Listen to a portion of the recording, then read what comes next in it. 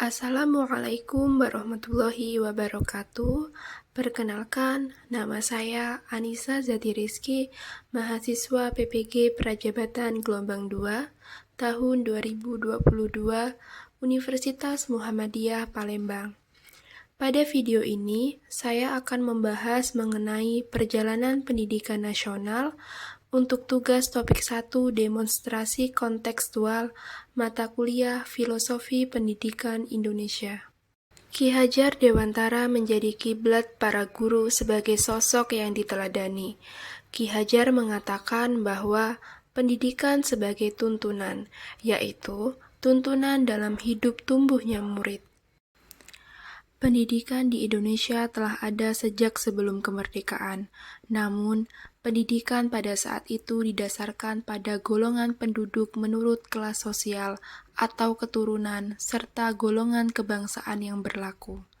Pada tahun 1854, beberapa bupati mendirikan sekolah-sekolah kabupaten, tetapi sekolah ini hanya untuk mendidik calon-calon pegawai. Pada tahun yang sama, didirikan sekolah-sekolah Bumi Putra. Sekolah ini hanya mempunyai 3 kelas. Pembelajaran pada saat itu hanya sebatas menulis, membaca, menghitung, dan hanya untuk mendidik calon pegawai, serta mendukung usaha dagang oleh pemerintahan Hindia Belanda. Pada tanggal 20 Mei 1908, lahirlah organisasi Budi Utomo.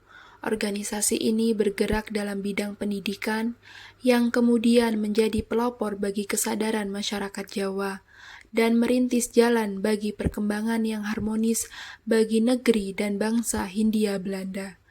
Organisasi Budi Utomo memberikan penekanan pada pendidikan karena bidang ini merupakan alat penting untuk memajukan suatu bangsa. Organisasi Budi Utomo juga meminta kepada pemerintahan Hindia Belanda agar bisa memberikan beasiswa belajar ke negeri Belanda. Kemudian pada tahun 1912 didirikan sekolah wanita oleh Yayasan Kartini di Semarang. Selain itu juga dibangun perpustakaan bagi anak-anak perempuan. Hal ini bertujuan agar semua perempuan bisa mendapatkan kebebasan dalam menambah pengetahuan. Oleh karena bangsa Indonesia menginginkan perubahan pada pendidikan, maka para tokoh pejuang pendidikan Indonesia tidak tinggal diam. Ki Hajar Dewantara menjadi tokoh yang berperan dalam sejarah pendidikan Indonesia.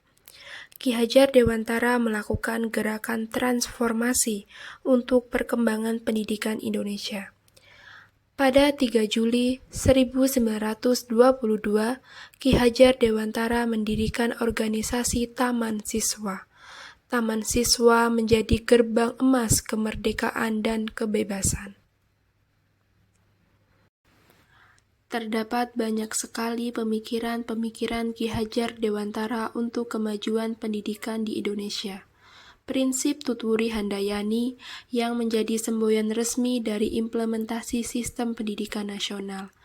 Kemudian, menurut Ki Hajar Dewantara, pendidikan akan memerdekakan manusia dari aspek hidup batin.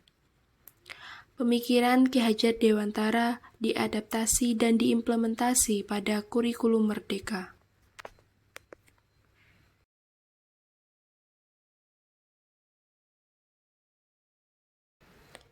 Sekian video dari saya. Terima kasih telah menonton. Wassalamualaikum warahmatullahi wabarakatuh.